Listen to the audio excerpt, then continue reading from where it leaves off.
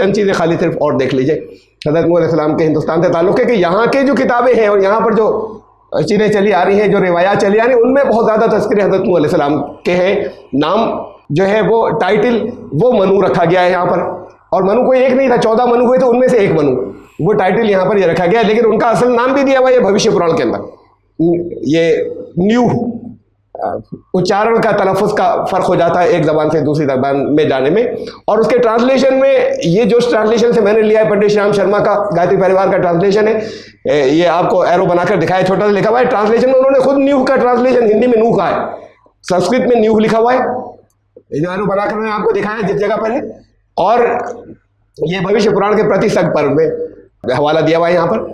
तो ट्रांसलेशन में खुद पढ़ उन्होंने ये खूब समझते हैं लोग यहाँ के जितने संस्कृत के स्कॉलर्स हैं और पुरानी किताबों के स्कॉलर हैं कि हज़रत नूह का तज़किरा चल रहा है, तो उन्होंने ट्रांसलेशन में नूह को हिंदी में नूह लिखा है। फिर जिस कौम के लोग होते हैं वहाँ की ज़बान के अंदर जिनमें पैदा हुए नबी उन्हीं लोगों में से होता है, वहीं के लोगों में से उठता है, फिर अल्लाह का कलाम उस पर नाज़िल होता है, वहीं की ज़बान में उसका नाम होता है। हज़रत नूह अलैहिस्सलाम का संस्कृत इंग्लिश डिक्शनरी बहुत ऑथेंटिक डिक्शनरी है, ये सर मोनियर विलियम्स की इससे ज़्यादा ऑथेंटिक कोई दूसरी संस्कृत इंग्लिश डिक्शनरी नहीं है मौजूद आज भी। नूह के लफ्ज़ को मैंने सर्किल किया है, इसे तलाश किया था, हमने सोचा कि यहाँ पर देखा जाए, तो फिर इसका मतलब है नूह के लफ्ज़ का मतलब है जो इसकी धातु जो निकली इसकी मूल, जैसे अरबी के अंदर मादा होता है उसके आगे लिखा हुआ है इंग्लिश के अंदर ये जो बड़ा बड़ा मैंने लिखा है कि नाव या नाव अशिप, तो उससे इनका नाम बना है। हज़रत नूह अलैहिस्सलाम का नाम यानी जो मशहूर हुआ है, जिस नाम से मशहूर हुए, तो ये यहाँ के रिवायात के अंदर मिलता है। और यहाँ से सारे सबूत जो है कुरानी सबूत है हमारे पास, मैंने हदीस के सबूत यहाँ पर डिस्कस नहीं किए। मत्स्य पुराण के अंदर देख लें, इनके यहाँ जो बहुत सी पुराने ये परंपराएं हैं, कहानियाँ जो बात को लिखी गई, लेकिन उनके पीछे बहुत सी कुछ हकीकतें थी जिसको उन्होंने कहानियों की शक्ल में लिख दिया।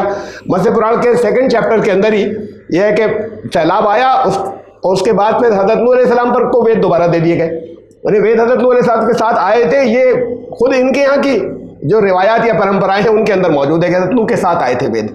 ये मत्स्य पुराण का हवाला है। यही हवाला जो है ये तो मैंने श्लोक दिया था आपको, ये ट्रांसलेशन से दे रहा हूँ मैं। उसके जो ओरिजिनल वर्ड है ये ऊपर वाला एरो, वेदान प्रवर्तयिष्यामि, इसे भविष्य काल कहते हैं, यानी प्रवर्तयिष्यामि का मतलब है प्रवर्तन करूंगा, नाज़िल करूंगा, दूंगा, दोबारा दूंगा। तो ये फ्यूचर टेंस है, और वेदों को मैं तुम्हें दोबारा दूंगा। तो और फिर ये हिंदी में जो ट्रांसलेशन इसी में लिखा हुआ है उसको मैंने बड़ा करके लिख दिया यहाँ पर, रेड में लिखा हुआ है, तब मैं वेदों का पुनः प्रवर्तन करूंगा। और ये पुनः लफ्ज़ मैंने ब्रैकेट नहीं लगाया, वो भी इन्हीं के ट्रांसलेशन में कि हज़रत नूह के पास वेद थे और फिर वो दोबारा फिर उनको दिए गए सैलाब के बाद। यही महिपते चाक्षुष मनवंतर के प्रलय काल में जब इसी प्रकार पृथ्वी एकार्ण में निमग्न हो जाएगी और तुम्हारे द्वारा सृष्टि का प्रारंभ होगा, दोबारा मखलूक शुरू होगी, सब खत्म हो जाएंगे, तब मैं वो वेदों का पुनः प्रवर्तन करूंगा।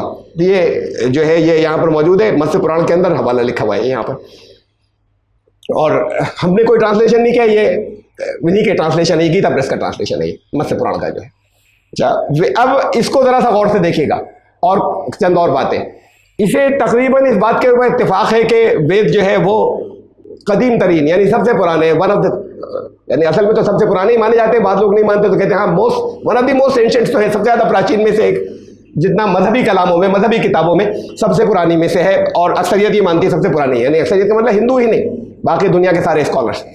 तो सबसे पुराने प्राचीनतम धर्म ग्रंथ है, इतनी बात तो तय है।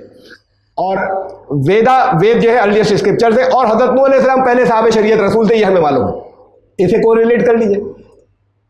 पहले साहब शरीयत रसूल हज़रत नूह अलैहिस्सलाम, दुनिया में तहकीकात के एतबार से पहला मजहबी कलाम, सब जो आसमानी कलाम जैसे कहा जाता है वो वेद। तो ये सीधा सीधा सा सबूत है कि हज़रत नूह अलैहिस्सलाम का ताल्लुक वेदों से। ये तो मैंने आपको वहां से दिखाया था पहले मत्स्य पुराण में से इनका दावा है। अब इससे परख लीजिए आप। और फिर कुरान ये कहता है, छोटी सी आयत आपने कई दफ़ा सुनी होगी उससे, कि ज़ुबुरुल अव्वलीन वेद है, यानी अर्लीस्ट स्क्रिप्चर, सबसे पुराने अव्वलीन स्क्रिप्चर्स। 26 ये सूरह अश-शुअरा आयत नंबर 196, 4 वर्ड्स की आयत है, वही नऊ लफी ज़ुबुरुल अव्वलीन। ये कुरान इस नबी को तुम ज़ुबुरुल अव्वलीन यानी आदि ग्रंथों में, अव्वलीन आदि सबसे पहले, ज़ुबुर कहते हैं स्क्रिप्चर्स प्लूरल है, सहाइफ तो ग्रंथों, तो इसको तुम जो सबसे जो अव्वलीन ग्रंथ है उनमें इस कुरान को तुम पाओगे। यानी इस कुरान का मजमून उनके अंदर तुम्हें मिलेगा, यही चीज़ें मिलेंगी। ये बात कुरान ने कही है कि वहाँ मिलेंगी। कुरान ने कहा शरअ लकुम मिनद दीन मा वस्सा बिही नूह वल्लज़ी अवहैना इलैका वमा वस्सैना बिही इब्राहीम व मूसा व ईसा। हमने तो एक ही दिन दिया था, वही चीज़ें जो है उसी दीन की बातें। सूरह शूरा है, इससे पहले सूरह शुअरा था, आयत नंबर सूरह नंबर 26, ये सूरह 42 है, सूरह शूरा आयत नंबर 13। हमने तुम्हारे लिए वही दीन मुकर्रर किया जो हमने नूह को दिया था, पहला नाम नूह का, फिर बहुत से और नबियों के नाम।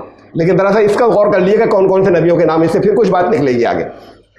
जो है नबी तुम्हें दिया, रसूलुल्लाह सल्लल्लाहु अलैहि वसल्लम का आया हज़रत नूह के बाद, पहला नाम हज़रत नूह का इसलिए कि सबसे पहले थे वो, साहब शरीयत रसूल, ये सबसे पहले साहब किताब रसूल।